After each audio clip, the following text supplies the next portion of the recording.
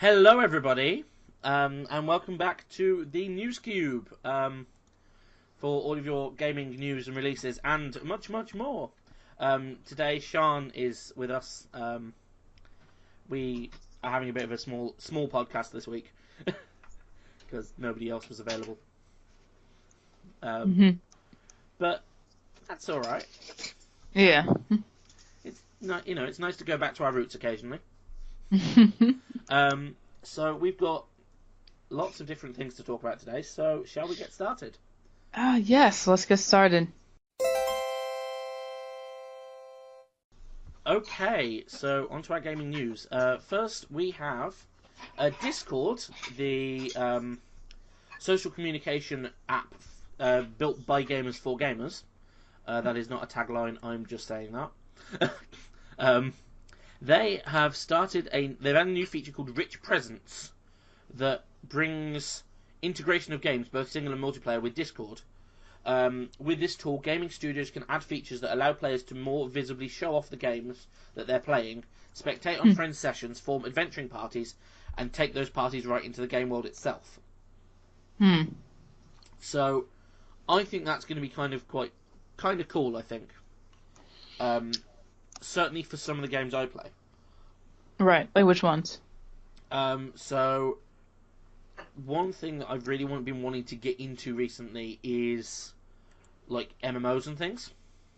Ooh. So, having an MMO which integrates Discord, so you can have a voice chat and easily meet up in the game world to go adventuring. I think that'd be really fucking cool. Yeah. You wouldn't have to faff around with, like, friend codes and everything, you just have to, like, click on a few buttons, and then you find it, I'm one of those classic gamers. I kind of like typing on the keyboard and chatting. I've never done the whole voice thing. Even when the option's available to me, it's like, you don't need to hear my voice. I'll just type to you. I'll let it be a mystery. So the next podcast is going to be entirely in text form. Yes, that would be great. That would be hilarious. The entire 2-hour video is just going to be keyboard noises. Keyboard noise, and then you can just see what we're typing to, and we'll make it look like Windows DOS or something like that. Oh my god, I really want to do that now. I really want to do that, even though that'd be a lot of work. Maybe for a special at some point. I know this MMO is technically over, but what if we had our podcast on like Second Life? I've always wanted to play Second Life, and I've never got round to it. I never got around to it either. I forgot it existed. I'm gonna Second Life. It's over though. I think they shut down their servers, I believe. Oh. I know. What?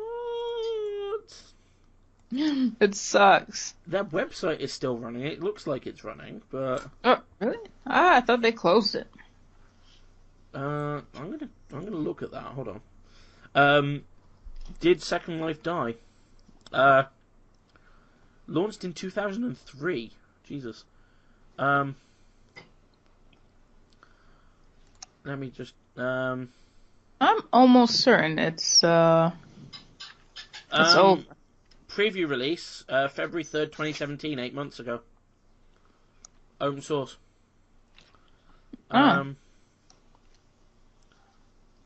It looks like it's still running. Okay, well maybe it's still running. Yeah. I thought it was kind of over. I don't know. It might be dead in the fact that nobody really uses it anymore. That too, yeah. But they're still running it. Yeah, well that's good. People can still play the game. I might have to have a go at that. I've never played it and I've always wanted to. Anyway, so, but yeah, I think in an MMO, like PUBG's Jev's next game, over the top steampunk MMO, bad segue, right. bad segue, bad segue. Eventually, I'm going to stop saying that, and I'm just like all of the comments are just going to be bad segue and then a timestamp. Anyway, Bluehole, yes, they have announced their next title, an MMO called Ascent Infinite Realm. It's basically looks really cool. Steampunk hits sword and sorcery, mechas, and magic, and that is all of the things I like. Mechs and machine guns, spellcasters, dragons, and jetpacks, player housing, the whole 9 yards. Says Bluehole is a developer and publisher based in South Korea. Yo, they make great MMOs, by the way. I mean, fantastic. Yeah, I would be interested in this. Looks really epic. I see dragons. I see flying ships. Like actual flying ships, like almost like the ones that are in Final Fantasy 9, kind of flying ships. Oh my god, they have barrel races. Anthropomorphic opossums. It's like, what's the word? Honestly, it feels like my D&D universe sort of come to life in a way. The way they have described it is, in quotes, marrying a steampunk setting with a high fantasy element. I think that's by Polygon, is how they're saying this. So, and I too would describe my D&D setting as steampunk high fantasy. So, yeah. It's like, yes, I am up for this so much. All right. It's important to note that this is being developed by a different team than Battlegrounds, which was spun off into its own standalone company in September. No release date has been announced. So, can't wait for that. So, like 6 years from now. On to the next bad segue. Bad segue. So Death to the Kinect. Yes. So I'm not sure how I'm going to connect these two together. Ooh. That was bad. I physically hurt from that one. That the one Kinect was has terrible. died. Yeah. The Kinect has died. And we did an article all about, I say we, as in Evan, did an article on its highs and lows. Number 5 of the best, Fruit Ninja Kinect. Worst, Kinect Sports. Fourth, for best, Fantasia Music Evolved. And worst in fourth, Fable the Journey. Kinect Star Wars was the third best, and the third worst was Kinect Star Wars. Second best, Kinectimals, and second worst, Hulk Hogan's Main Event. And to find out what was number 1, you're going to have to go and read the whole article because I'm evil. Ooh, nice. Maybe we'll go back to our website. Well, hey, that's how you do it. Yeah. All 3 of you that are listening. It's kind of interesting too that he noted that the Wii U died quietly, and of course the PlayStation Move, and that never took off. Like I'm pretty sure there's some people who got it. I even got the controllers for the PlayStation just because it was deeply discounted. And then I think when the Switch came out, I traded some of my stuff in to Amazon so I could like try and get the Switch cheaper. But I never used it. I think I only had one game that was like compatible with it. Yeah. I just don't think they made great games that would that ever went with it. I think the Wii, like their motion controllers, I think that took off the most. Yeah. But everyone else, it just sort of fizzled. Yeah. I've just found like one of my favorite quotes. Microsoft has taken their ball and chain Kinect out back for a personal meeting with the business end of a rifle. Nice. Why do I find that so funny? But yeah, maybe one of the things they could have benefited from is like being able to like sign up to like generating a load of hype and then being able to sign up to the Kinect like before it was released. I think some of the games, I think it was hard for maybe developers to make games for things like the Kinect and, for the PlayStation Move. So they just never really did. Oh, no, I don't think it was that, too. I think it was also, some of that stuff you had to buy them individually, I think, and they were just expensive, so people just did without them. I don't know. It's just kind of, yeah. Were there any episodic titles for the Kinect? Out of No, interest. I don't think so. This whole episodic thing is like a more recent thing, I feel. Yeah. I think it's more of this sort of console generation that's getting very episodic, which goes into our Well, it's not next. just the consoles, because bad segue. You can pre-register for Final Fantasy 15, you pocket edition. You finally caught on to that. Yes. We've been trying to translation for about 10 minutes. I know. Oh, that one's really good. Yeah. Now, so this is an article that I wrote. Yeah. This is going to be an extended 15-minute rant by Sian about Final Fantasy 15 Pocket Edition. Yeah. She knows more than me. Yeah. I do know a little bit more about. So basically, the Pocket Edition, you can pre-register it now. They plan on releasing it at the end of this year. Mm-hmm. And basically, it's just Final Fantasy 15, but on mobile. And it kind of has that 3DS look to it. Mm-hmm. Like these cute little chibi characters. I started to get confused when they said that they were going to turn them into 10 episodes. So they're doing 10 chapters or 10 episodes. The first one is free.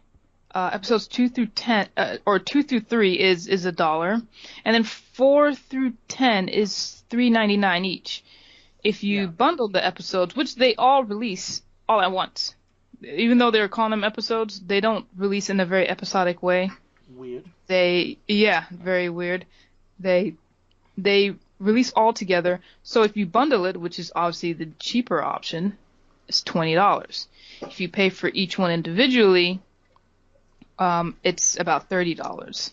That's a little high for a mobile game. I mean, I think $10 is already too high for a mobile game. Yeah, I think because it's I think the most I've spent on a mobile game, like just off the bat, is probably about £5-6, I think. And I think me too. Like I oddly enough bought Final Fantasy V. Yeah. Mobile. I don't know how much it costs now. Maybe it's like $10, like $10. But I think I got it on sale. Mm-hmm. So I bought it, which oddly enough I beat that game, but not even on mobile, on my Steam. I ended up beating it like this year. I think I ended up beating that game. Yeah. So I thought it was odd, but and just to get to my point is that so most Square Enix games that are mobile, they go for an average of maybe $7 to the highest one that they have is $20. They're usually around the $15 range. But the highest one they have is $20, and that's the Final Fantasy IX. This one would be right at the same level as 9 if you just spent $20. Yeah. I really just don't see the point of making episodic, especially since originally their game wasn't episodic to begin with. Yeah. That's my other issue. It's like it wasn't episodic before.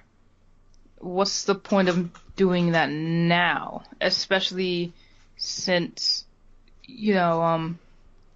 especially just since like all their other ones just aren't. I mean, I just kind of don't get. I feel like it's sort of like that gambling that we were talking about last week, where it's just like I feel like maybe they're hoping that people's mentality will just sort of be like, well, I don't have $20 now, but maybe if I purchase it a little bit here and there over a short period of time, maybe it won't feel as bad as just dropping $20. But it's like you're still dropping more money. Yeah. I don't know. I don't see. I mean, I just don't see the point of it. I highly doubt people are just going to buy portions of the game. I mean, if you're just going to be like, hey, I'm gonna just purchase episode 10, if they even let you do that. I mean, unless you're gonna do that, unless you're just gonna purchase like specific episodes and only play those, I would almost understand. But I just think it's. What is the point? I think it's bizarre. Yeah, I just think it's just what's the point? I don't really get it a little bit. Yeah. So that's just all. It's just I kind of find it a bit of a sleazy marketing tactic. Yeah. I just don't think it's necessary to. Honestly. Yeah. Honestly, it feels like marketing executives, quote unquote, have gone, hey, everything's in episodes now, so this has to be in episodes as well. And the developers have gone, It's a mobile game. Yeah, and that's even like more like troubling too. It's like it's a mobile game. 90%. It's not even like In my experience, 90% of marketers don't understand the target demographic. Like they must not. 90% of marketers who are marketing Final Fantasy 15 on mobile probably won't get how the mobile market is different from the regular market, you know? Right, yeah. And like I said, I get that Square, I get that they want to charge maybe a little higher than the average, Yeah. average game developer, but it's just like, I don't know. I just thought the episodic thing was silly considering that it's all being launched all at once. Yes. That's just, yeah. It's a bit dumb, to be honest. It is dumb. It's Square. I don't know. Maybe they're just trying to make up. Maybe they really lost the money from Final Fantasy 15. I don't know. Maybe if we go into our next bad segue. Bad segue. How am I going to segue to this? I have no idea. Oh, yes, of course, I know. So maybe Final Fantasy 15 with its nearly 6.6 million sales. Yeah, copies sold. Yes, was probably not enough for them, and so they want to charge more. But they're not seeming to do that for Nier Automata, which has hit over 2 million in sales. Yeah. Their Dragon Quest 11 Echoes of an Elusive Age, more than 3 million copies sold. Yeah. I mean, they are good numbers, I'm going to say. Well, this is the crazy part. So, Final Fantasy 15 sold 6.6 million copies. And it puts it just ahead of their re-release of Final Fantasy 12 at 6.1 million copies sold. Yeah. And that's been out. Obviously, the 12 hasn't even been out that long. That's crazy that it's just catching up like that. Yeah. I mean, so for me, like, the way I always think about really large numbers is I think of them in terms of people. And 6.6 million people is terrifying to me. Yeah, 20 people is terrifying to me, so... But yeah. Certainly, I don't have... Unfortunately, I've not had the wherewithal to actually look up any other sales figures for this year. So we can compare them. Sales figures for the... what's it called? 2017? Or... Well, actually, I think the end of the quarter I think we just ended the last quarter, but you could say 2017 sales. I don't know. I'm wondering how many sales the Nintendo Switch had. Like, I know it's not a game, so you can't really compare them, but I'm wondering how much, how many sales they've had. Annual Switch sales forecast of 14 million units by March 2018. Interesting. Let's think about... you gotta look up like a game that's probably like... About the same age, I'm trying to think. When did Final Fantasy 15 come out? That came out, let's see, like September? No, not even. Yeah, I think I'm right. Maybe at the end of, it came out September of last year, though. Yeah, it came out last year. 29th of November 2016. So yeah, around, it came out. Games released in November 2016. So games that are just under a year old. Call of Duty Infinite Warfare, for instance. Let's have a look at Call of Duty Infinite Warfare. We're professionals on this. Oh yeah, we're just podcast. Typing away. we research things beforehand. Like we fucking. We could just be like Michael Rappaport. We just don't fact check anything. We just say however we feel. I really want to have like the what's it called? I really want to have like one of the podcasts to just be like the fake one. Where we just make up the news, we make up the releases, we completely make up everything. Have you ever seen Rick and Morty? Briefly, yes. Do you know Interdimensional Cable? No. Okay, so it's an episode where they basically go channel hopping over interdimensional cable TV. And the entire episode is improvised. So they just sat in a recording studio and just improvised all of the lines, and then the artist had to fill in the details. Oh, wow. And I sort of want to do that. Just improvise the entire podcast. Okay, Infinite Warfare sold 1.8 million copies in its first week and became the top-selling title of the UK sales charts. However, overall sales were down 50% compared to 2015's Call of Duty Black Ops 3. Activision was reported to be expecting sales to be down due to the fact that Infinite Warfare was going to be a new sub-series, and the Black Ops name carried brand weight with it. Activision reported in Feb 17 that the game missed their sales expectations, with one of the reasons cited being the game didn't resonate with fans. But I want numbers. We want numbers. Sales numbers. There we are. Hold on. Yeah, you can say that they're down 50% on Black Ops 3, but if you don't give us any numbers... It came out at the end of November, right? Just looking at this article, Lola at Infinite Warfare did at launch, but did not include hard numbers, just from the preview. Or, you can look at, you can also look at The Last Guardian. The Last Guardian, yes. The Last Guardian. 1 year sales. Sales. That also had lower than expected sales. Okay. Oh, really? Like, very low? In the UK, The Last Guardian suffered lower than expected sales, debuting at number 7 in the weekly game sales charts. It debuted at number 4 in the Japanese video game sales charts, with 82,260 copies sold. The following week, it sold an additional 10,754 copies in Japan, bringing the total number of copies sold in the country to 93,014. So that's in Japan. I guess... Yeah. I mean... 93,014 in Japan, but that doesn't... I guess 6.6 million is really good. Ooh, I've just found a nice thing. I want to download this... Oh, fuck off. Wait, we can't curse. You're gonna have to beep it out. The nice podcast is next week. Oh, next week. I'm not doing two special ones like on the same day. Like, come on. It already takes like 3 hours to edit this thing, and then I have to export. Oh God, don't even get me started. Can we have a podcast that is like a behind the scenes where I just rant about how hard it is to just make the podcast? We got really off topic. We did, but let's get back on topic. It's really hard to make the podcast, but it's even harder to make Final Fantasy 15, which topped out at nearly 6.6 million sales. Okay, That's so we're back on. But yeah, so essentially, I think that's a good amount. I think.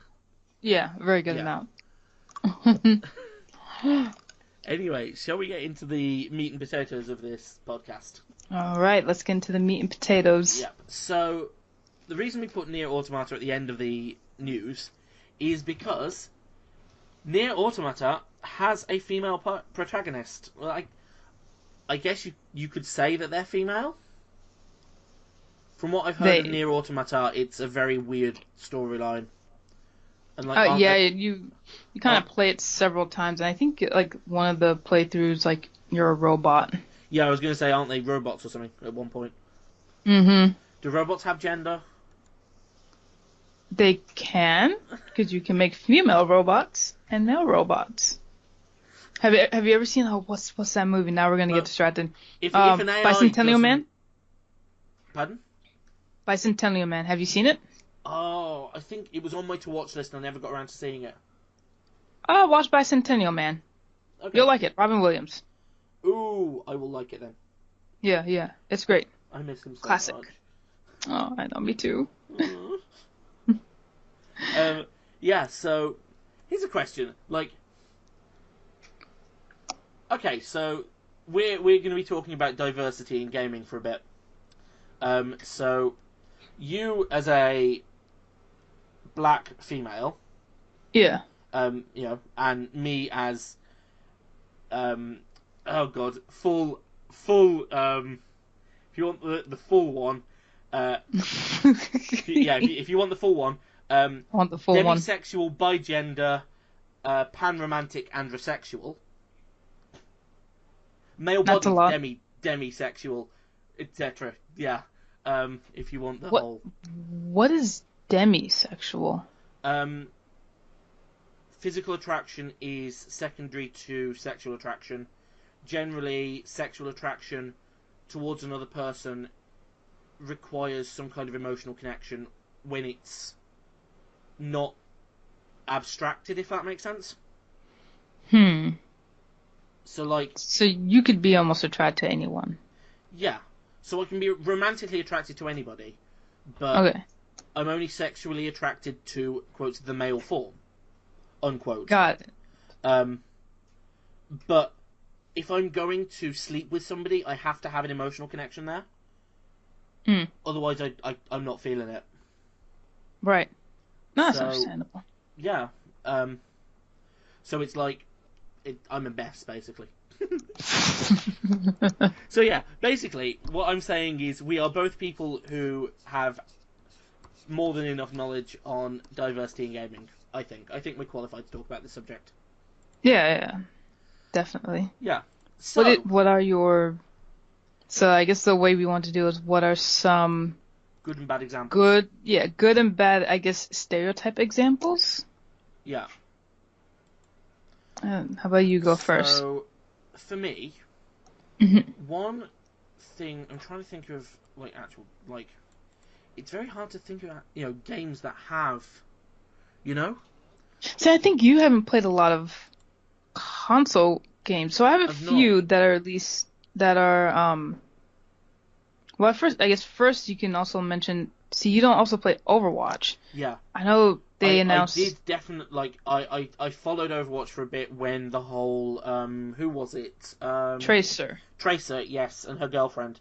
I think that was done really well. I only met... So, I had one friend who was kind of like... They thought that was cool, but they also thought that was an easy way out. Because I guess in their eyes, they're just like... And I'm kind of seeing it with commercials too now. Like, I think a couple of weeks ago, I saw it was like, sort of like, you buy a diamond to propose to someone, yada yada. I saw one where it was two women. But I think some people are kind of now saying like, well, that's easy. I guess it's a little easier to market it to women in love. Yeah. Rather than two men. Yeah. So I know that was the only comment. I've definitely seen like. Okay, so this is gonna sound weird when I say it, but I'll explain it. Like sexuality used to advertise products. Oh yeah, no. Not in the sort of sex sells thing, but the whole like, we're gonna be inclusive and it's gonna be a gay couple trying to sell soup. And it's like... Is it normally two women? More often than not. Yeah. It's like the actual commercial that I was thinking of is actually is actually for Campbell's Soup, and that's two men with their child. Interesting. But that is like one of the only examples I can think of two men. Like it's probably strictly a UK commercial, right? Yeah, I think it is. Not that I watch too much TV, but okay, yeah. No, I figured. So one thing I've definitely not seen commercials do so much is disabled, because that's also part of diversity. So. Yeah, you're right. Yeah, so like again with the whole, I hate saying these words, but the whole disability credentials. Like, I am disabled as fuck, so. Right. Woohoo! Like all of the conditions, and mental health as well is So all of that, I'm basically all of the diversity. You have everything. Basically, the black version of me is just diversity personified. Like they are like the pure essence of like inclusions. Anyway, I think Yeah, Yeah. I can't think of any examples where disability is included in a commercial. Or even in a video game. So in a video game, so I'm going to mention Opus Magnum. Okay. Because it's never explicitly stated, but so I have Asperger's syndrome, and with Aspies, we find it incredibly easy to tell when somebody else is on the spectrum. Like, I call it my Aspie meter going ding. And I'm pretty sure the main character of Opus Magnum is on the spectrum. Think so. I'm Why? pretty sure. It's sort of in his manner and the way he says things and the way he does things. The way he talks about things, finishes other people's sentences. You know, when he knows the information already, he jumps in, which is something I do very much, you know? I think they were almost trying to say that too about one of the characters in Overwatch. I don't play Overwatch, so someone would have to correct me, but I think it was one of the chicks who was like from Egypt, and they were saying that she was on the spectrum, and some of the hints were things like, I don't know some of the quotes that she would say, but she would say certain quotes that the character would say specifically had people wondering if she was on the spectrum or not, and I want to say that was probably true. Yeah. So, yeah, that's and I think that's good. I used to be a teacher, and yeah, I did have a few kids that were on the spectrum as well. Some of them were autistic, so yeah, it's nice to see. And to be and to see it done, I guess you can say properly. Yeah. You know, that's a good example. Definitely. Another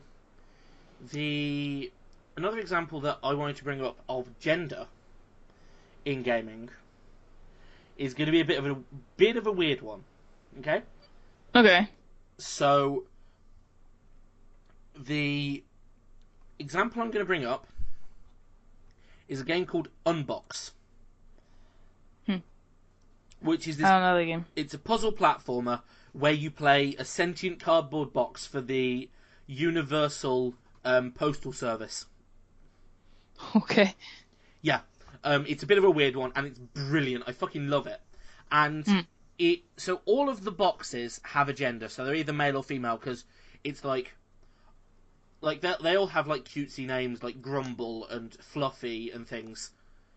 But it's things like they'll have things like Fluffy stole, Fluffy thought it would be a fun idea to steal my 3 MacGuffins. Can you go and chase after her and collect them for me? So they'll use pronouns, you know? Mm-hmm. And then I noticed that in one of the quests, and in only one of the quests, they refer to a character called Splash with pronouns. And Splash isn't mentioned by pronouns in any other quest. But in this one particular quest, they say they as their pronoun. And I picked up on this when I was playing and went, hold on a minute, are you saying that Splash's gender isn't binary? Because, yes! It was one of those little mini Easter eggs. Huh.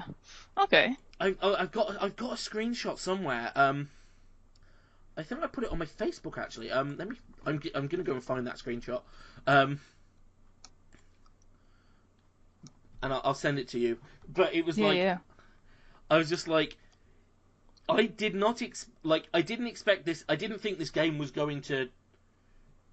I wasn't worried that this game wasn't doing diversity, if that makes sense. But I didn't expect it to. It's a game where you play a sentient cardboard box. You know. But right. Yeah. It did diversity, and I wasn't expecting it. And it came out of left field, and it was just like, yes. That's pretty awesome. There we are. Found it. Hold on. Copy image, paste into chat. Paste. There you go. But yeah, it was like. Oh, that's so cute. Little boxes. Yeah, literally. You roll around and like it's just so cute. So I'm just like, yes. Another game that I think they didn't do like diversity in gender per se, but they did gender in terms of let me think of the words.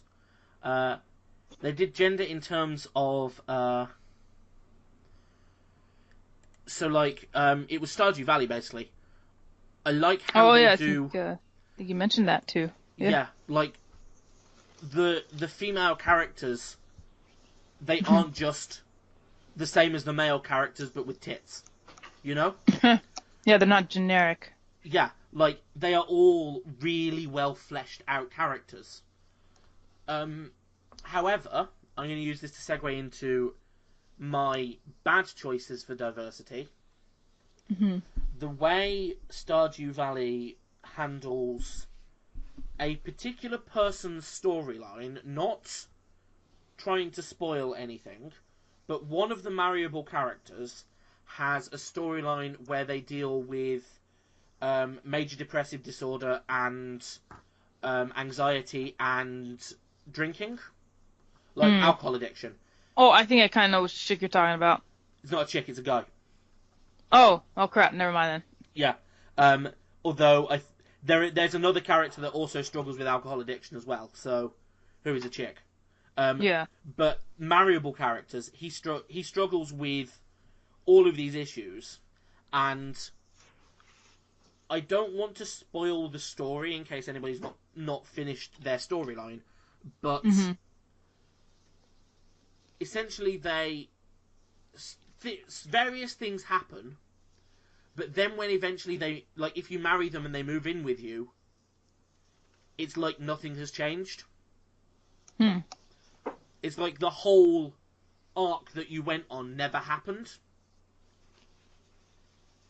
And it felt a bit bullshit, if that makes sense.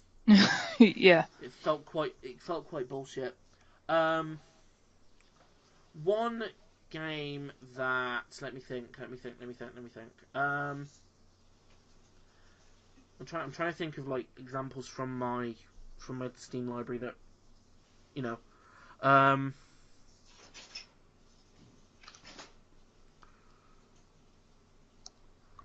Oh god. It's very difficult to think of examples today. One thing I didn't like, Bioshock Infinite. Oh, I never played that. I mean, I love Bioshock, and I love Bioshock Infinite sometimes, but I don't like the way they sort of reduced Elizabeth to a story MacGuffin / you know? Yeah, I know what you're saying. In all of the trailers, she started off as this, you know, helpless little princess kind of character, who then morphed into this hardcore killer sort of thing. You know, she went full on badass. Yeah. And then they cut all of that development from the final game. Aww. So it sort of got my hopes up and then destroyed them, and I was really sad. Yeah, that's more the feeling. It's sadness at what could have been rather than sadness at what is, if that makes sense. Yeah, I think you also don't see that very often in a lot of female characters in gaming. I want more female characters that don't need don't need a man to support them, sort of thing. Yeah. Basically, what I want in a game, I want a game where, oh god, you know what I want?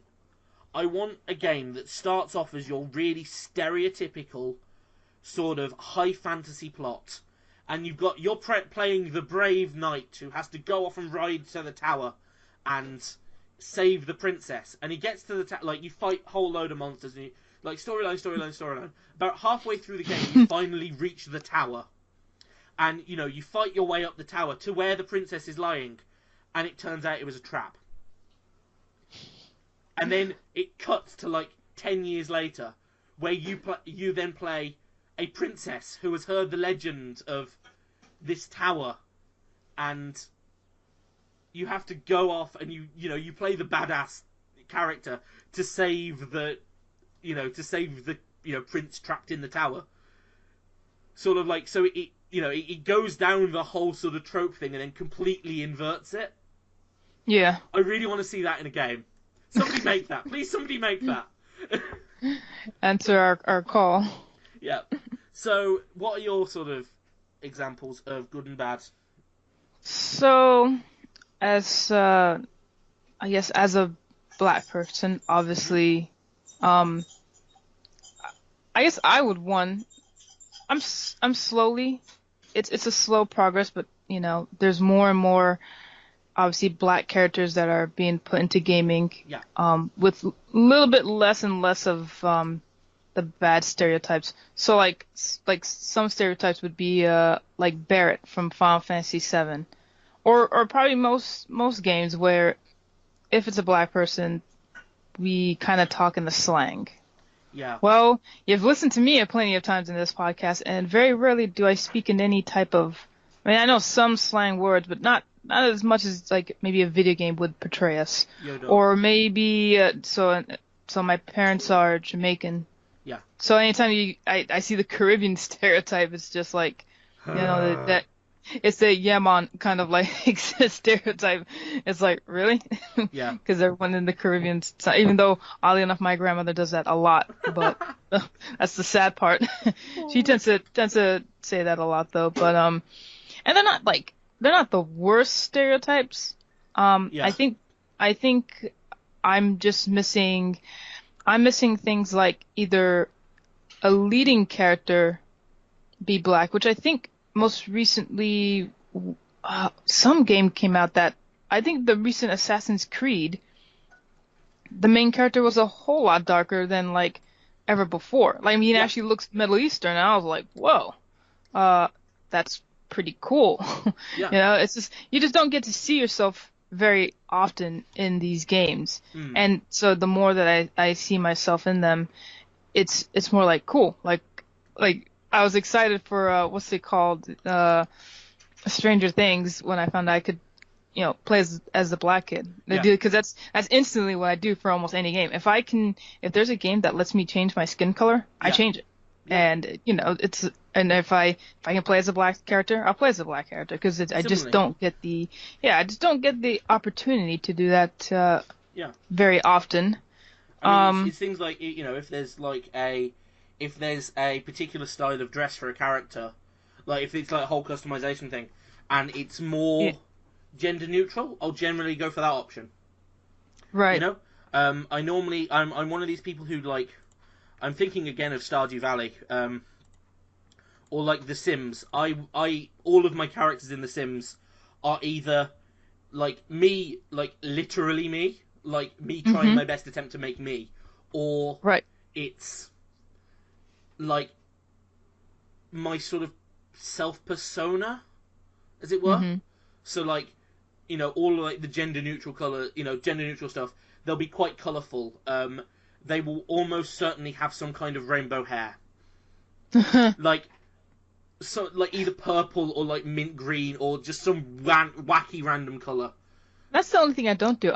Since I love the color purple a lot, I tend to usually give myself purple hair. Yeah. I really want to dye my tips purple again.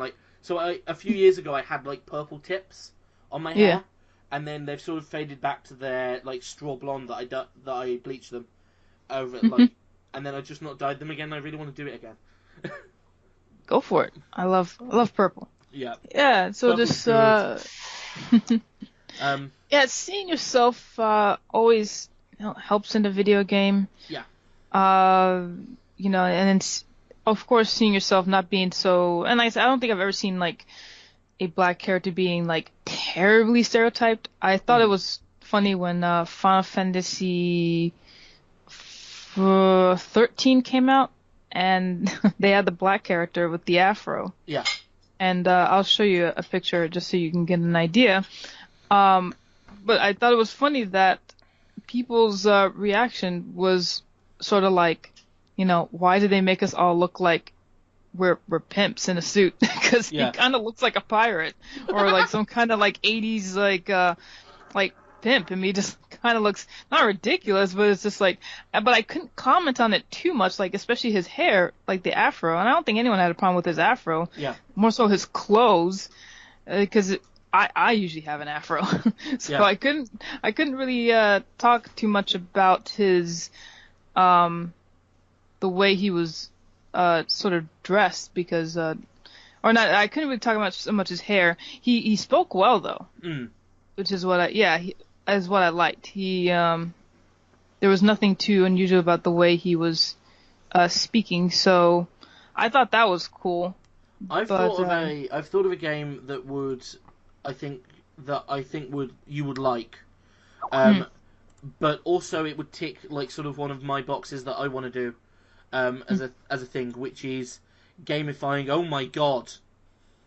You saw the picture? Yeah. Yeah. Looks like a pirate. I mean, it's fun to stay at the YMCA. That's my only reaction. He looks like he's just like from the Village People, or just like something out of like the 70s or the 80s. I don't know. It's just like everyone's like, what's up with the guy and like the way he's dressed? I'm like, yeah. Those clothes. Let's say this: they came out of the closet yesterday. And I think you can pick up what I'm implying there. I just think it's funny, but I mean, like characters like him, his name is Saz. Yeah. He wasn't that bad. I kind of liked that. One character that I really loved, and for a while on my Facebook was my profile picture. Her name is Ro Bowman. Yeah. From a game called Acronox. And Acronox is a pretty cool game. I didn't finish it because there's a weird thing that you have to do, and it kind of went just a little downhill for me. Mm-hmm. And let me bring up the game so you can kind of get an image of this. But I absolutely, that's like a perfect example of how I would want my character to be. So basically, Ro Bowman, she is a scientist. She's a black scientist, and she wears these. It's so cute the way she dresses. She's got this cute green puffy jacket, a dress that's not too short, and she has cornrows. I've never seen that really. I mean, there's not too many games where like we're in cornrows. But I thought it was particularly cool, and she spoke really well. I hope that brings it up. Probably not. Oh, I should. Oh, yeah. Yeah. Yeah, you see her right in the middle, right? Yeah. She spoke really well. She was a scientist. Yeah. Just absolutely, like, I fell in love with Ro Bowman from Acronox. That is probably like the best, and she's a female.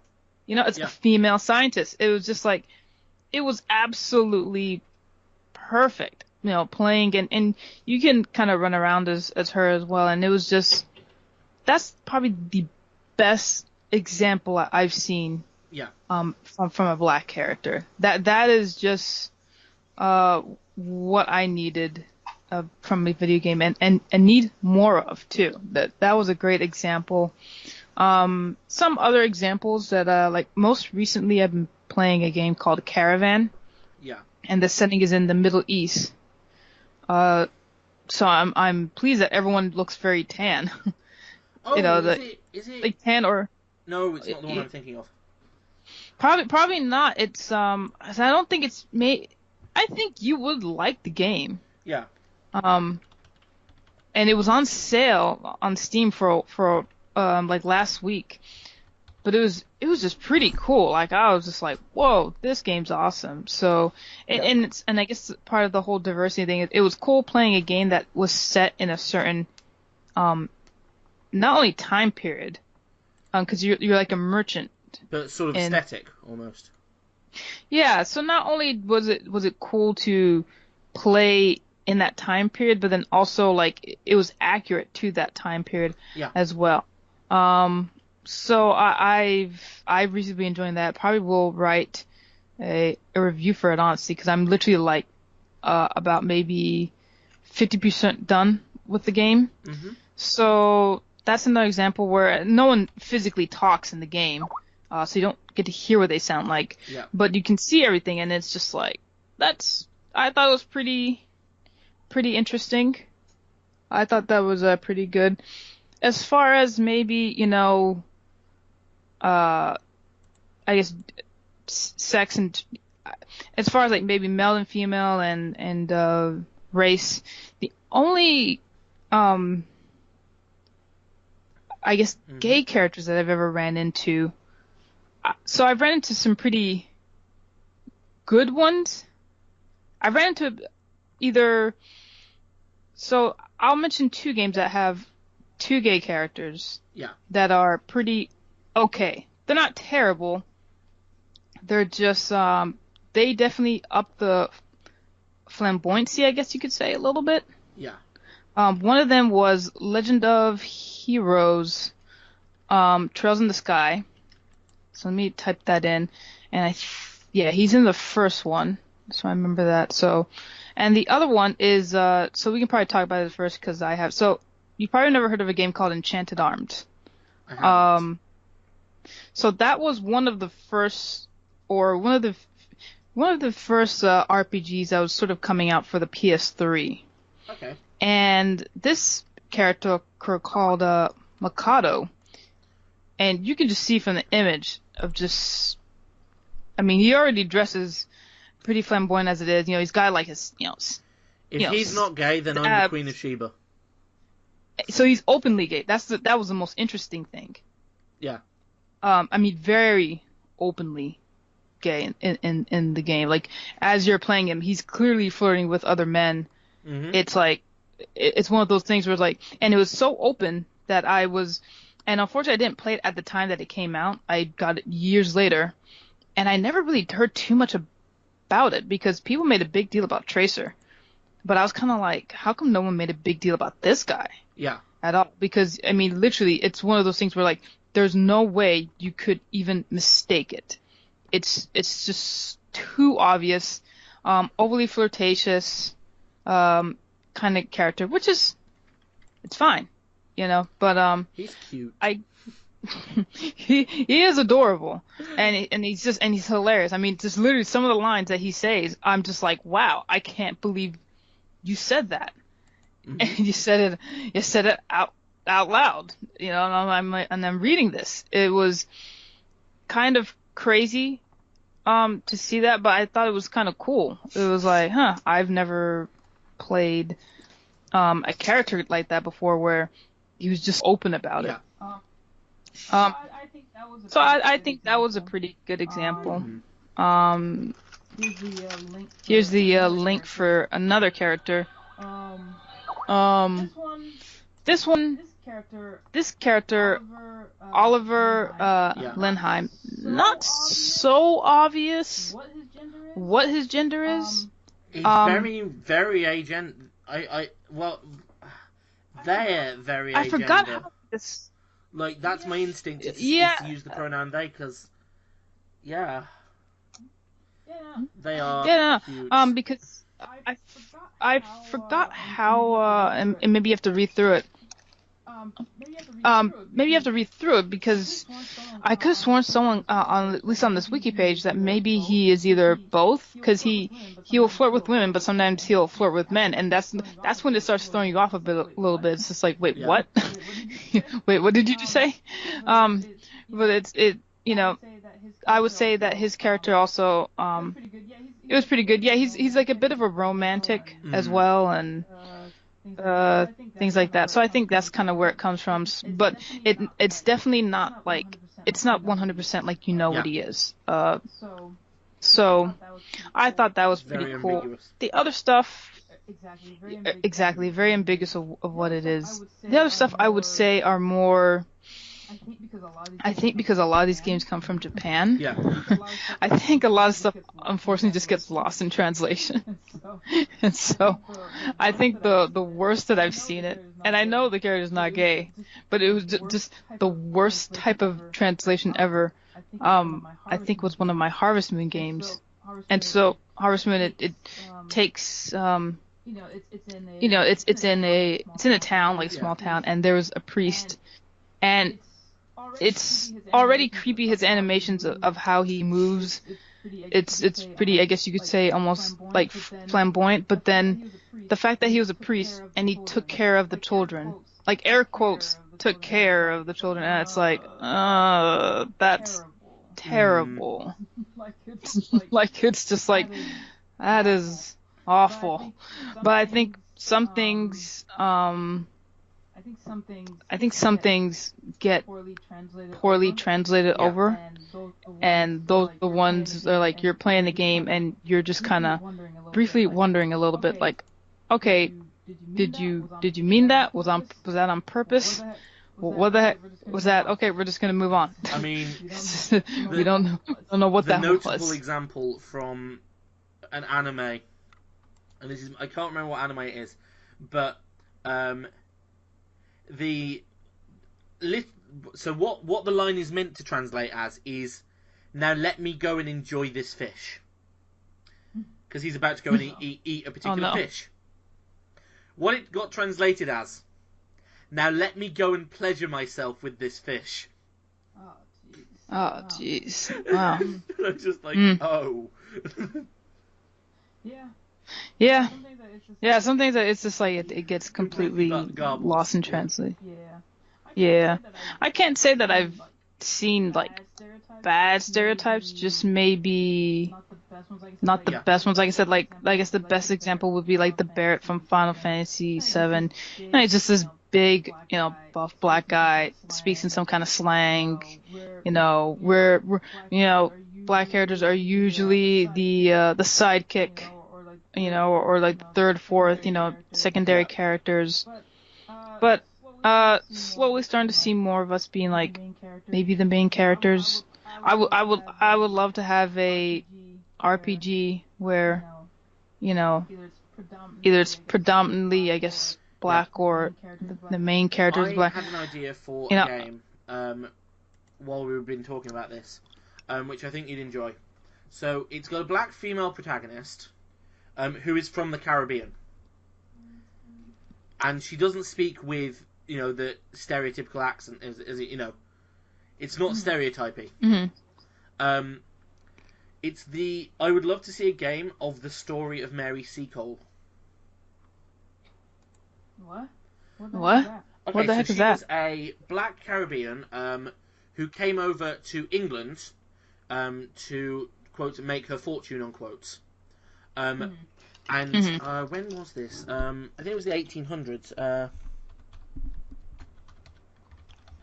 I believe she was Jamaican, actually, from my memory.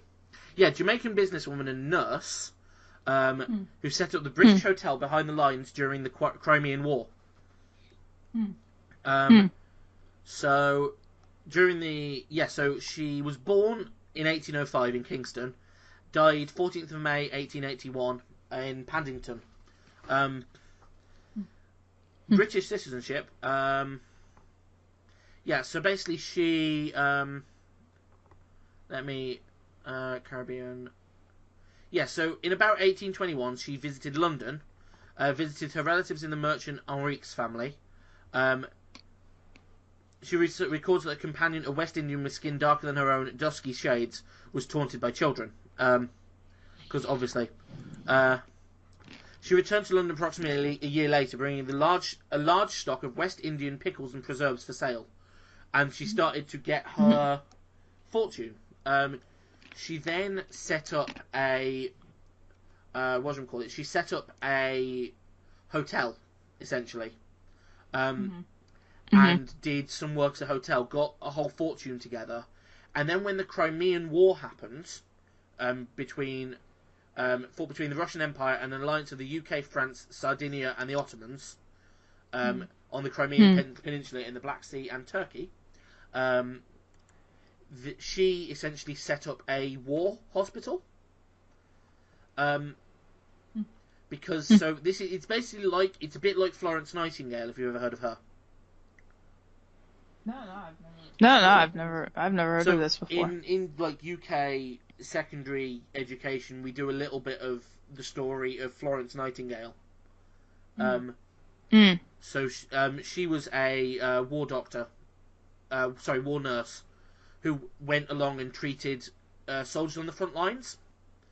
Whereas Mary Seacole had a like hospital / hotel, like behind the front line, where she would treat the sick and the wounded and give them meals and look after them. And she was known as Mother Seacole. And so a lot of soldiers that survived the war basically set up, essentially like looked after her in her like really old age. Right. And it like I'm really paraphrasing her story. It's an absolutely fascinating story. I'm going to plug one of my other favourite sort of podcasty things, which is Extra Credits. They have a series called Extra History, and they have done a whole Extra History set, like 5-6 episodes on the story of Mary Seacole. So if you want more information, go and watch them because they are fantastic. Anyway, enough plugging. But yeah, if we could get a game of the story of Mary Seacole, you know, like black female protagonist, strong independent woman who don't need her and no man, although she eventually does get married. Yeah. It's historically accurate and teaches a bit of history. Mm-hmm. Yeah, you can base it off her autobiography, Wondered Adventures of Mrs. Seacole in Many Lands. And it's a lot of, you know, it's a good, it's a fascinating story as well. Like I can see it working, is what I'm saying. I totally dig it. It reminded me of two things. One, remember, you probably noticed it on our page. I posted the game, not Civilization, Colonialization. There you go. Now I'm saying it right. I thought that was so bizarre of a name. I tried playing a little bit of it. It's alright. It's basically what you would probably say the original Civilization game, but you get to pick countries either of Great Britain, Netherlands, Spain, and I think Portugal, and you kind of start off in a ship and you sort of sail around. It's basically like and this is an MMO that you might like, Uncharted Waters Online. I just thought the name, and I'm so glad that they've changed the name from, because colonization just sounds so like I'm like, that sounds very terrible, especially when you land and you're about, you meet the Indians, I'll say Native Americans actually. It's just, I mean, I've only played just a couple of minutes of it because I just recently bought it, but I was like, yeah, good call on not keeping that name forever, because somebody was probably going to make a change it. I mean, it just sounded so awful. But then also, because now that you mentioned Jamaica, one time I saw a board game called Jamaica. I thought it was odd that all the characters in front of it were white, though. And so I read what it was. So basically, the premise of this board game was that you are some sort of white British like pirate or something like that, who has made their fortune in Jamaica, basically, back in the plantation days. And you made your fortune in Jamaica, but you're all alone there or something like that. So you invite all of your friends who also have boats, and you're supposed to sail around the island and race around the island. And I'm just thinking to myself, like, okay, why would you call this game Jamaica, though? Like, my cousin saw that, because I took a picture, and he was just like, yeah, they should have just called it something more like Columbus, really, because I just thought it was so bizarre that it was like, just the front covers thing had no black people on it. White people, fuck it. Seriously. I just thought it was so bizarre. But yeah, I don't know. I haven't experienced too many, terrible stereotypes. I just think there just needs to be more of it. I think we're slowly getting more. I think because maybe also of indie devs as well as some AAA games. Definitely. You're starting to see more characters. that either look differently or have like a disability or a learning disability. I think if I was to make a game, I'd probably be one of these people who would like hint at something but never throw. Like, okay, so it would either be like, so I'd either be telling like a grand tale of a character, and the chances are they are probably going to be like either queer or like gender or there's going to be something about them is the point. Or the game won't be about that, and if it's something that I want to sort of, if it's like an established character sort of already in my head, I'd probably hint at it. I think some of the older Japanese games are kind of like that too. They'd rather hint at it rather than just say what it is, which is particularly what was interesting about the Enchanted Arms. It was just blatantly obvious that was a gay character. The last one that I played where it was sort of hinted at was I was playing a little bit. I need to play back more of it so I can throw up more videos. But the Sakura Wars. So because it's like a visual novel, and with all these ladies that I talk to, there's big potential of answering a question wrong, and you answer wrong because you get the kind of like the womp womp kind of music or whatever. So for one chick that I was speaking to, she seemed like such a sweet girl, and she was just talking about how, me and one of the other characters is named Cherry. She was like, me and Cherry were at the bar hanging out together, and I tried me playing as a male character. Here I am trying to be all flirtatious and just be like, I guess I can join as well. Like kind of like Three's a Crowd. And it turns out I totally answered it wrong. She was upset, and she's like, if you join, how am I going to be alone with her? And I was like, wait, what? Yeah. But that's not fair. I didn't know. So I was just like, oh my goodness. So I did recently just encounter that when playing that game. I was like, now the cat's out of the bag with her, that particular character, and I know not to, at least if it involves her and the character Cherry, that I should either one, answer my question so that they are left alone, and two, probably not flirt with her, because she won't like it.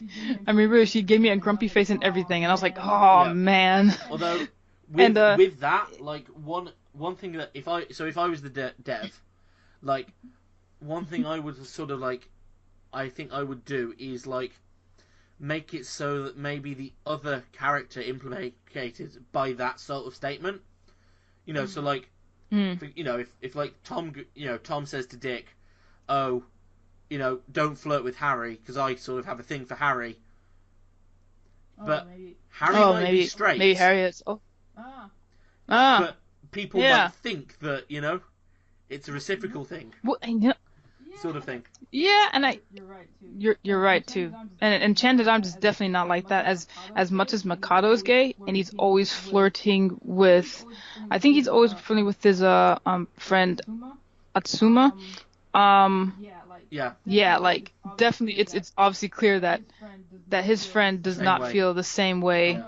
Yeah. Oh no, I think he always flirts with Toya. Yes. I remember reading that. But he definitely does not feel the same way about Mikado at all. So, that would be kind of interesting, wouldn't it? And to add on the So Long My Love, there is a most of the characters are all female. Actually, pretty much all of them, with the exception of just a couple. There's a couple of male characters, but for the most part, you play as a male character, mostly interacting with females, and so far I've been really impressed with the story of that one, and I need to continue and play more. There was one black character named Sharon. Her storyline, I don't know if it's completed, but I went through a good chunk of it, was really interesting. Basically her story plot was she was once sort of from the streets of Harlem, Yeah.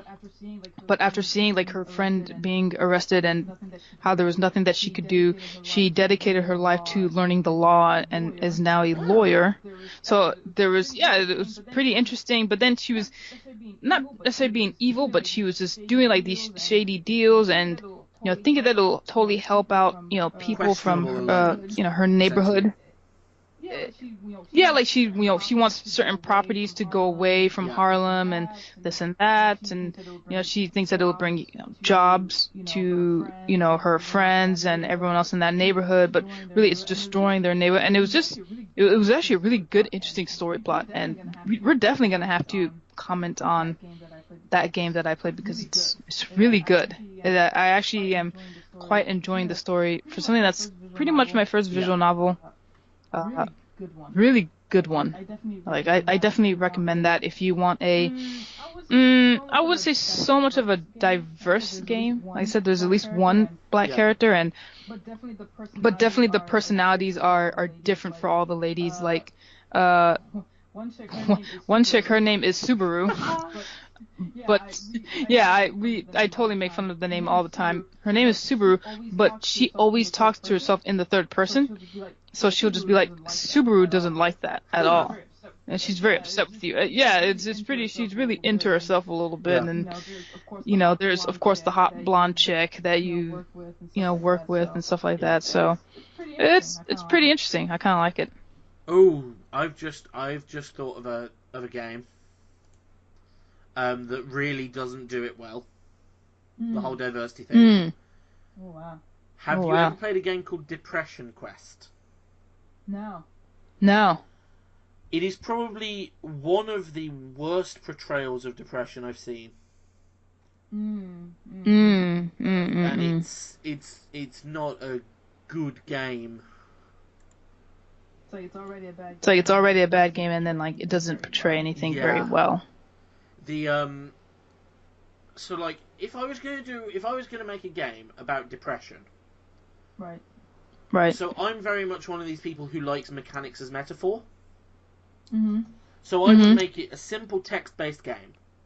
Wouldn't be difficult, and have it as a visual novel. Your goal is be as productive as you can in 30 days, if that makes sense. Right. So basically, you have a month, and maybe you have a big project you have to finish or something like that, which is a month. Okay. Yeah. And so you win the game if by the end of the month you've completed the project, and you have various needs that have to be attended to and stuff. Mm-hmm. One of them being mental health, sort of self-care and stuff, and so you can click on various options which cost a certain amount of time and a certain amount of energy. And so you have to balance your time and your energy, and some options will be work on plot, work on project, -5 energy, minus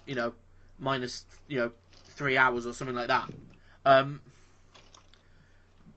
But the whole twist of it is that the more energy it takes, the more you have to click. Okay. So the option for lay in bed all day and do nothing takes a single click. Bam, done. Because when you've got depression, it is incredibly easy to just do that. Just give up.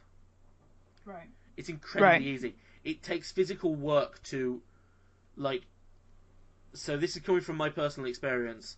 I'm sort of saying this to the podcast, if that makes sense, rather than particularly you. But it takes energy to be able to do the things you have to do. Self-care is particularly, is one of the things that I really struggle with. Right. It takes a lot of work to be able to do what some people would consider normal. Sometimes when I'm in a really depressed rut, it's very difficult to just get to the bathroom and have a shower. Yeah. I know. I know what you're saying. And the thing is, so that it would be sort of one of these games that feeds back on itself. So the more energy you spend, the less energy you have the next day. And but the less you do, the more energy things take as well, because one of the things with depression is it's very easy to get into a cycle of just doing nothing. Yeah. Being not quite, basically complacent. But then certainly for me, if you end up just having a week where you do nothing, my overall energy capacity goes down. So you have to work to get it, So like if you want to work on the project, it'll take you 3 hours and it'll cost you a certain amount of energy, but also you have to click 100 times on that button. That could be kind of an interesting game, because actually. You have to physically put the effort in. Right. Yeah. No. Right. Yeah. No. I can see that being a game. I can definitely see that being like maybe a mobile game. And I feel like it would be something quite that hard to actually like complete it, if that makes sense. Oh yeah. No. Definitely. Oh yeah. But I'm No. gonna Definitely. be honest. Maybe. Depression is hard. Yeah. Maybe there's like a lot of game overs. Yeah. No. That would be a cool game. Like imagine. Well, you've never played any of the Harvest Moon games, but like Harvest Moon, but you're depressed and it's just hard to do. That'd be kind of cool, God, actually. That reminded me of a Stardew Valley fan fiction that I read. I'm gonna like anybody who I've mentioned this to now hates me. Anybody who loves Stardew Valley now hates me once I've mentioned this. But it's sort of a gritty reimagining of all this, like the characters, like what all the characters are like. And so it's things like it's like it takes liberties with the actual characters, if that makes sense. Yeah. So like Yeah.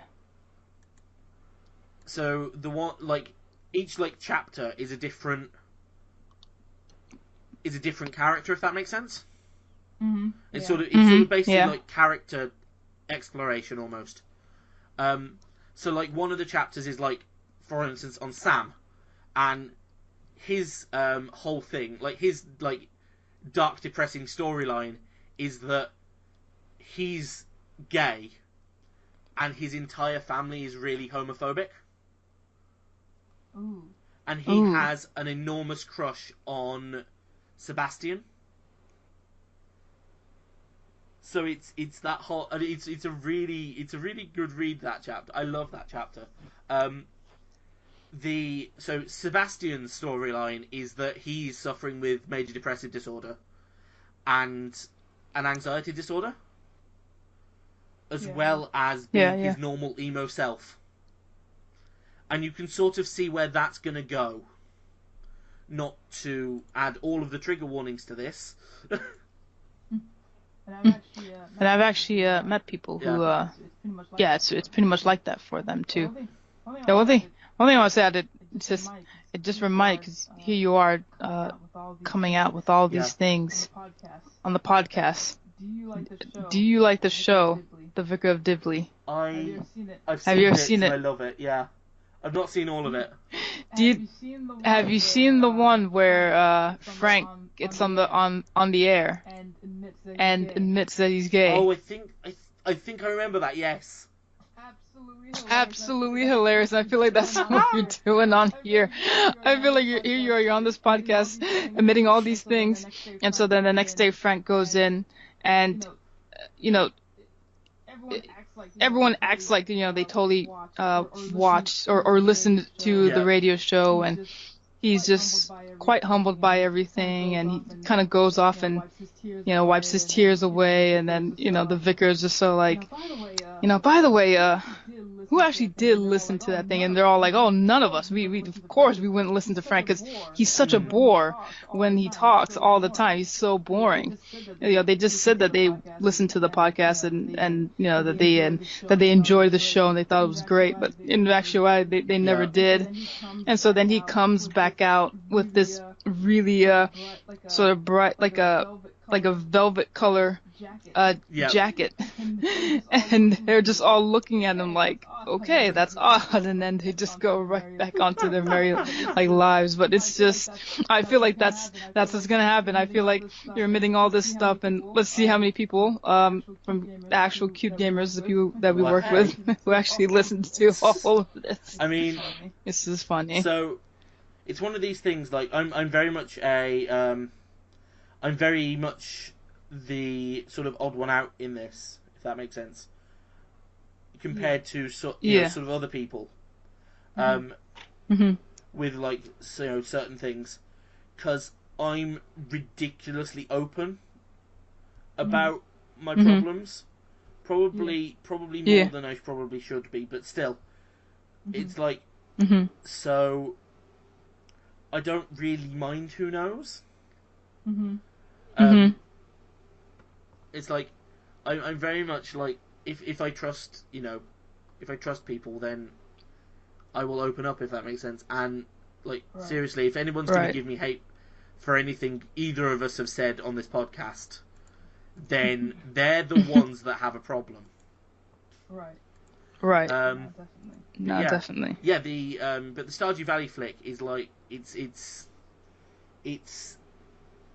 dark at times, because it's like one of the like dual storylines is Emily and Clint, and it's Clint's storyline first, and it turns out that he is a stalker.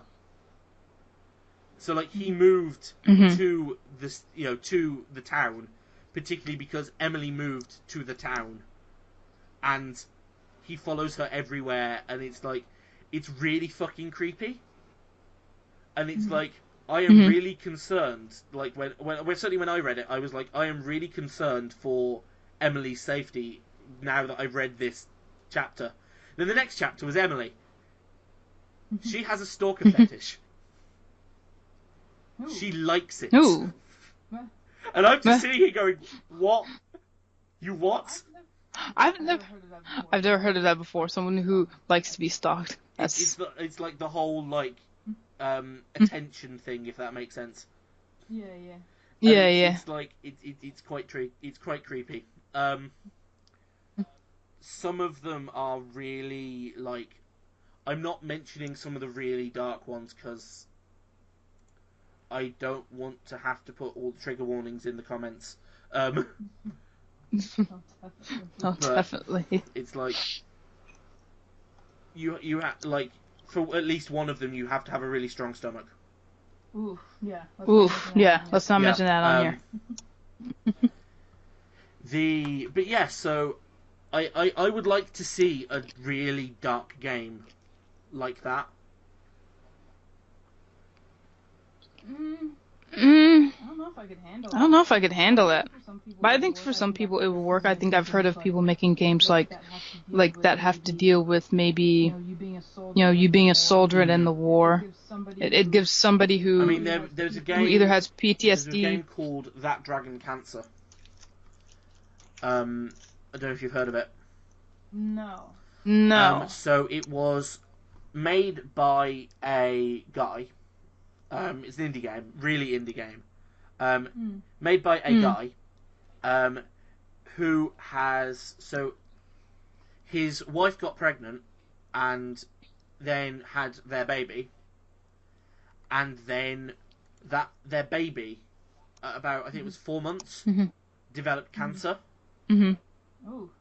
Oh. Yeah, so... And then for like 3-4 years, like, their child was battling cancer. And eventually passed away. And so it's sort of a take on his actual real life story in a game. Right. And it's a fantastic game. But, like, I am the person who has no triggers and I find it a little triggering. Yeah, no. Definitely. That sort of just jumped into my mind that game exists, if that makes sense. And there's definitely been games like that where people talk about maybe abuse or maybe PTSD. And I think it's good because I think you end up learning something from those types of games. So I wouldn't mind more types of games like that from the industry as well. Again, I think it's something that probably I don't think will really be done by a triple by a triple A game. But yeah, that's the good thing about some indie games is that you get things like that. Yeah. But yeah, it's certainly a medium that I would like to see expanded on. I would like to also see because I can't think of a game really where your main character is physically disabled. Define disabled, like you said, physically. So like either. I just think for some of the, like, at least for an RPG, I think some of the premises is just like, you go on a really, really long journey. I guess if you're disabled, I don't know. I can't think of an example of how it would work, with the exception of maybe Shadow Hearts 2. Not that there's a disabled guy, but there's a really old guy that joins you. So I'm not sure. I know I haven't seen that before. I think it would be interesting. I'm trying to look at all my. Interesting to have a character that can't jump. Well, there's definitely games where they don't put a jump in the game. Platformer. Yeah. So the whole puzzle thing is, I am currently on this level, but my wheelchair can't jump. How do I get up there? You know? That would be would be kind of cool. I guess the only thing is, people already make games like that where they're not disabled but maybe have limited abilities. But I guess I do see your point though. I'd also like to see a game again where main character is mentally disabled, canonically, and I just had a really good idea. For a game, and it's a little dark, but I like that. I like dark games. Okay. So a game where your character is mentally disabled. So maybe they have something like schizophrenia or paranoia or something like that, or maybe multiple personality or whatever. Yeah. And it's set in a dystopian future where essentially eugenics is a thing. And so you're playing this game and your character canonically has, maybe it's like a stealth game. Maybe a stealth game where your character has verbal tics. So you have to be able to manage, being in stealth and break into the top secret corporation while also managing your verbal tics, or etc., etc. That's just crazy. But yeah, going back to the original idea was I'm not sure if it would actually. I'm not sure exactly how it would work, but it's sort of the idea I had, and it needs a lot of refinement. Is a society where physical and mental disabilities are looked down upon to the point of eugenics, if that makes sense. But your character sort of slipped through the cracks, and so they are living with a mental disability or whatever, an invisible disability. So maybe Asperger's syndrome, because generally people with more severe Asperger's struggle with communication. Yeah, that wouldn't be too bad. Yeah, that wouldn't be too bad. It would be you've got to try and do the things in society without getting detected that you're not speaking how you probably should speak. Are you on? Oh my god, he's on the spectrum, kill him, sort of thing. Oh, that's terrible. Oh, that's terrible. No, as in in that society, if that makes sense. I see. So I see. So your character is maybe it's a text-based point-and-click adventure, And so you've got to choose the right things to say that don't give away that your character shouldn't, if that makes sense. Like a visual game. You gotta make sure you click the right text, right things to say. That could be a challenge. That could be a challenge. Ooh. Yeah. I'm just using this podcast to spitball ideas for inclusive games at this point. Oh, speaking of inclusivity in gaming. Yeah. Physical disabilities in gaming, like actual having a physical disability and gaming. Have you ever heard of the charity Special Effect? Oh yeah, the thing that Sean was working on. Briefly. Yeah, so one thing they do is they modify game input systems, so like a mouse and a keyboard, so that people who are physically disabled can still game. Yeah, I think that's pretty. Yeah, I think that's pretty awesome. And what was the example I the read? It was like I think it was a guy who played that's crazy, like MMOs. With like 6 there's different a guy who joysticks, plays and he controls them using his chin or something. There's a guy who plays World of Warcraft, and he has a spinal injury, so he plays it using his chin. Yeah, I use like chin joysticks. What do you think of that? That's pretty neat. I think that's pretty neat, actually. Yeah, because the good thing is that what. So kind of related but unrelated. I know one guy. He has this sort of disability with his skin, and so it was always painful for him. But one thing that would take away the pain from him momentarily is always picking up his camera and snapping photos. And so of course they've sort of rigged up his wheelchair so that he could snap photos easier. And I think, if you're disabled, like physically disabled, I think being able to play games or really anything to make it easier for yourself, it's important. I think it's cool because it. I think it's important. If it's something you enjoy. Yeah. If it's something you enjoy, I think it's great to be able to make it so that you can enjoy that, and maybe briefly you're just kind of forgetting all the things around you a little bit, and be able to enjoy things that maybe other people are doing as well, and not feel left out. So I think that was a really good article by Sean. A lot of people loved it on our Twitter. They really responded well to that. So I thought that was a fantastic job by her. So I think people should go to the website and check that out. That's under our.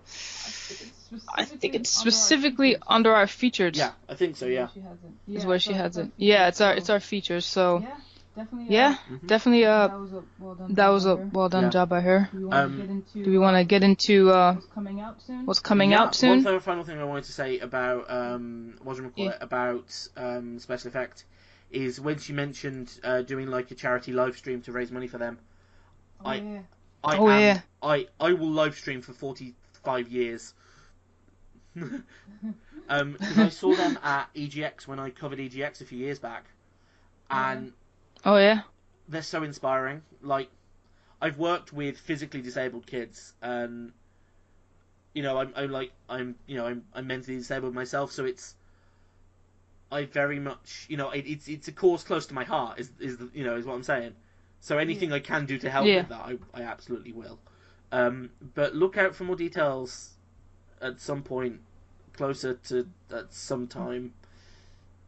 When it's happening, we'll talk about it on the podcast. Definitely. Yeah. Definitely. We could like do a live podcast. Live stream as well. While well. we're live streaming, we could do the podcast while we're live streaming. Oh yeah, I'm down. I'm down for that. Anyway, so should we get on to releases? Let's get on to releases then. Coming soon, starting November 14th, we will have Bioshock 10th Anniversary Edition. Sorry, my British accent is slowly leaking out. we'll have the 10th anniversary edition and Bioshock the Collection. Oh yeah, that's same thing I guess on PS4. Demon Gaze 2, we'll have it on Vita and PS4. I could have sworn I said this. Maybe I said it last week. LA Noir. LA Noir, yeah. LA Noir, PS4 and Nintendo Switch. Lego Marvel Superheroes 2, PS4. Realms of Arcania, Blade of Destiny, PS4. Totally messed that up. Star Wars Battlefront 2, Elite Trooper Edition, PS4 and Xbox One. On the 17th, we'll have Pokemon Ultra Moon and Sun, 3DS.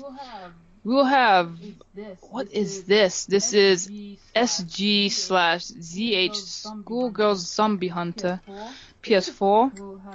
We'll have Elder Scrolls 5 Skyrim. Oh, and in VR. So the Nintendo Switch one is coming out, and the VR one is on the PS4. We will have Sims 4. I'm assuming they're really just talking about. I don't think it's the Sims 4 that's actually coming out. I think it's Sims the pet edition one. PS4 and Xbox the One, dog and so cat. I don't think it's had an it.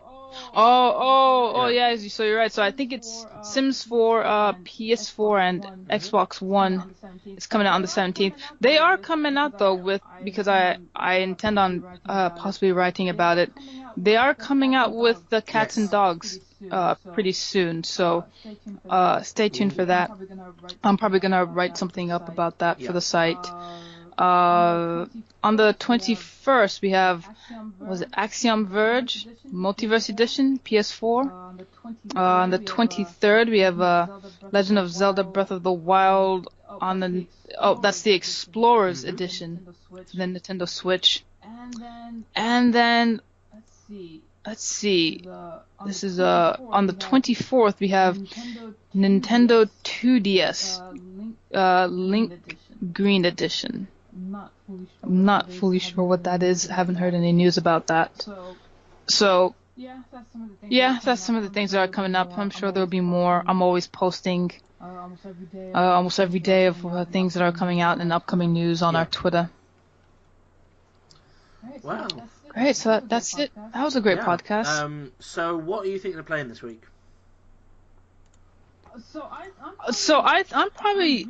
I'm really like into Caravan. I mean, really into it. Like, I'm just hooked to it. It's funny because my friend, he sees me playing it and he's just like, it just looks like you're walking around on the map.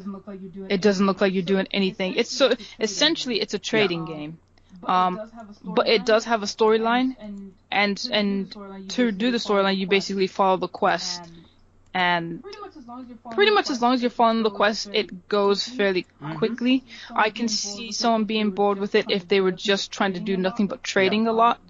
But if you follow the storyline, like I've been playing for the past maybe week, and I'm already I think Steam says I'm like 43% there. So there's that. Oh no, now because I played during my lunch. That's how addicted I am to the game. Yeah, I'm at like 57%. I can tell it's not a very long game. I've only played 10 hours of it. I'm pretty sure with another 10 I'll be done. So there's that game that I've been playing. I really want to get back into the what's it called?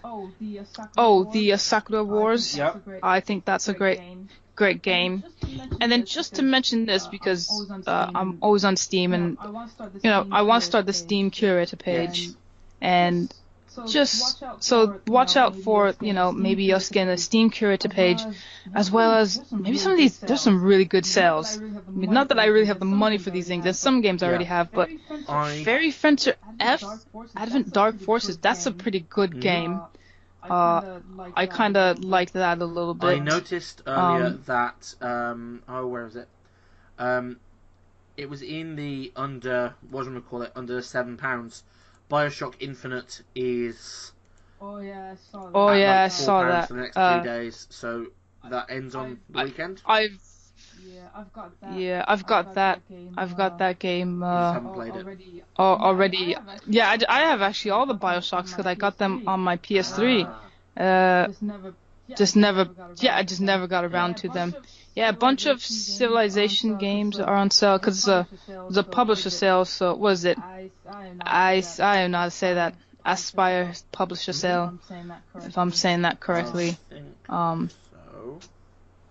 And then surprisingly, Siberia 3, they actually put out new content. I think you can. I don't know what the new content exactly is. They just have a big thing that's saying new content available.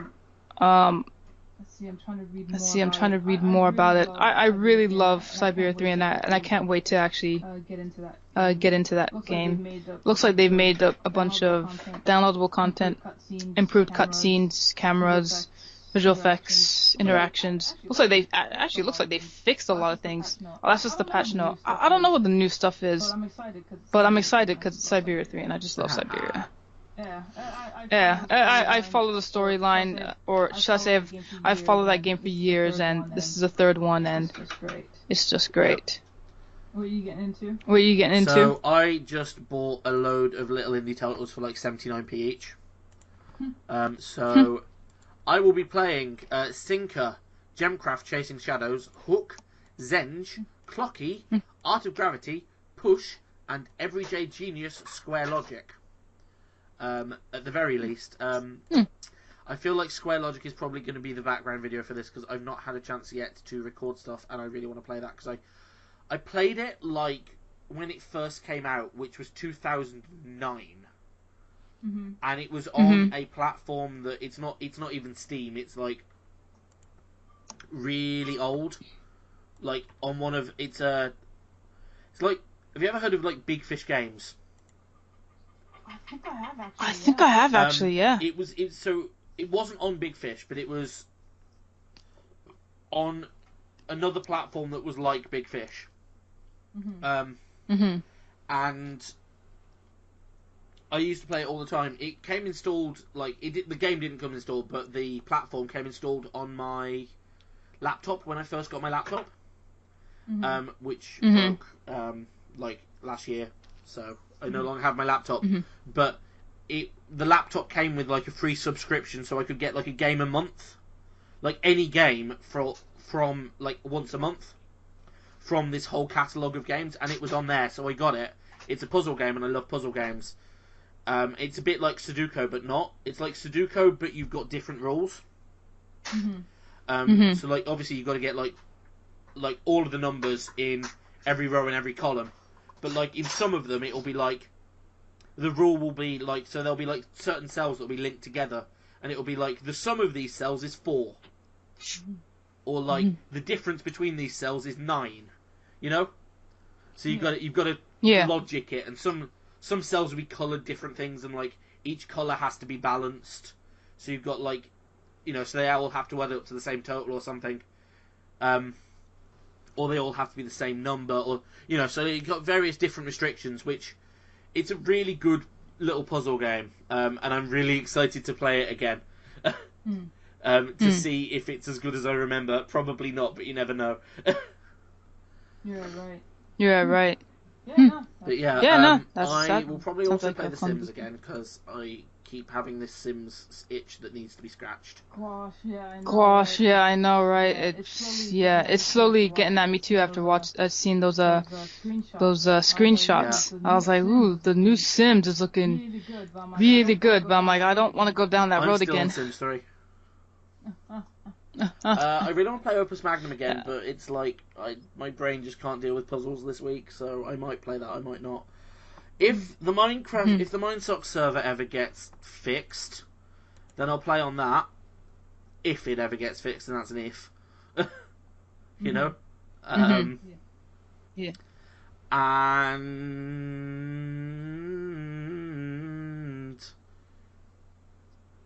Is that a bad segue? Is that a bad segue? I think that might be it. That's it. That's it. it. All of the games that I'll be playing, and that is it for the podcast as well. Bad segue. Woohoo! We did another one, finally. Yeah. Yeah. Like, whew. Alright. I'll see you next Yes, we week. will see you guys next week. I will see maybe some people on Tuesday at 8:30 for the After Podcast live stream. Why is nobody coming to the After Podcast live stream? We're gonna make a. We're gonna make a Twitch with a so that you're not using your own. Yeah. Oh, because I can migrate my current Twitch to just be the official. Yeah. If that's easy, if that's Yeah. easier. Yeah. And then also when you stream also I think I'm at work when Yeah. we start. So by the time I get back, and I might be at the Yeah. gym. So that's why at least why I'm probably not there. It's not a personal thing, if that makes sense. But Yeah. you know, if you are listening to the podcast and you can make the live stream, it would be great to see you there. Even if you only pop in and say hi, because it's really hard to live stream for like 5 hours when nobody's there to talk to. Yeah, no, I bet. Yeah, no, I bet. Because Yeah. there's things like I see like I've Exactly. got a 3 in the corner, so I know that 3 people are watching, but none of them are interacting with me. Mm. So am I meant to entertain them, or are they just here to watch pretty colours, or you know? We're We're gonna get you started on some Final Fantasy is what we're gonna do, and they will totally watch you and interact with you. Honestly, find me a Final Fantasy game, and I will like do a whole like first ever look, you know, like my first impressions live stream. Definitely. But you, Definitely, yeah, for sure. you and Sam and like anybody else who's played Final Fantasy, I need you guys to sit down and collectively work out objectively what is the best Final Fantasy. Debatable. Also, what will run on my But at computer. least I could. And is affordable. If it's on Steam, I bet you could, especially if it's some of the older ones. Yeah. Did we officially end No, it? not By yet, the way, not yet. did we end the podcast? This is still We the might- sign off, and I've not actually said bye yet, so I'm bad at endings. This happens every week. I need a standard ending that I can just like have on my PC and just read, and then it's done, and then I no longer have to think about it. Right, we're ending. It's been great. That's been the Diversity Podcast, and we will see you either at the After Podcast live stream or next week for another episode of the NewsCube. I've been Wolfie. She's been Sian. It's been fun. See you. See ya. See ya. I'm going to end it there.